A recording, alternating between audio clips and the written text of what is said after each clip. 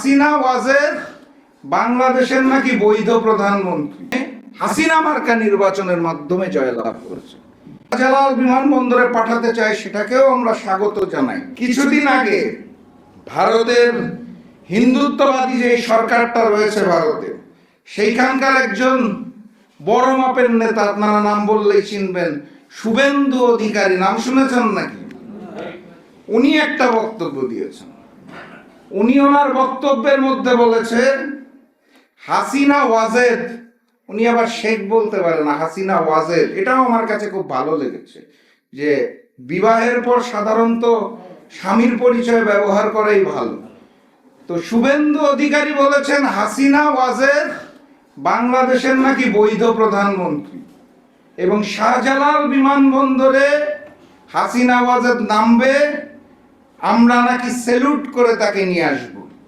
এই মন্তব্যটাকেও আমি খুব একটা খারাপভাবে নেই নাই, কারণ ফ্যাসিস্ট শেখ হাসিনা পতনের পর পালিয়ে গেছে তার নিজ দেশ ভারতে, অবস্থান করছে দিল্লিতে।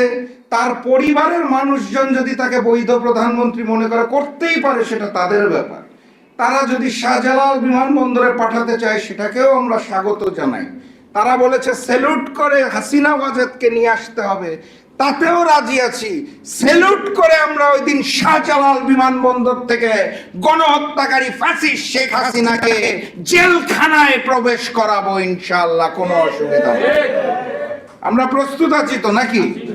তাহলে ভারতের পররাষ্ট্র মন্ত্রণালয়, এই হিন্দুত্ববাদী উগ্র সরকার বিজেপি যারা আছে, যারা ফ্যাসিস্ট শেখ হাসিনাকে বাংলাদেশে পাঠাতে চাচ্ছে, তাদেরকে আমরা স্বাগত জানাই এবং আমরা প্রস্তুতি গ্রহণ করি যে আগের বার তো পালিয়েছিল চোরের মতো, এবার বীরের বেশেই আসুক, আমরা ফ্যাসিস্ট শেখ হাসিনার বিচার দেখতে চাই।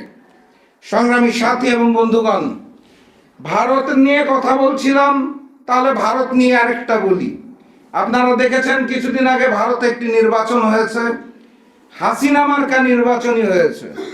নির্বাচনের পূর্বে সকল মুসলিম ভোটারদেরকে একদম নামের লিস্ট করে, প্রশাসনকে ব্যবহার করে, আদালতকে ব্যবহার করে ভোটার তালিকা থেকে মুসলিম ভোটারদেরকে বাদ দেওয়া হয়েছে।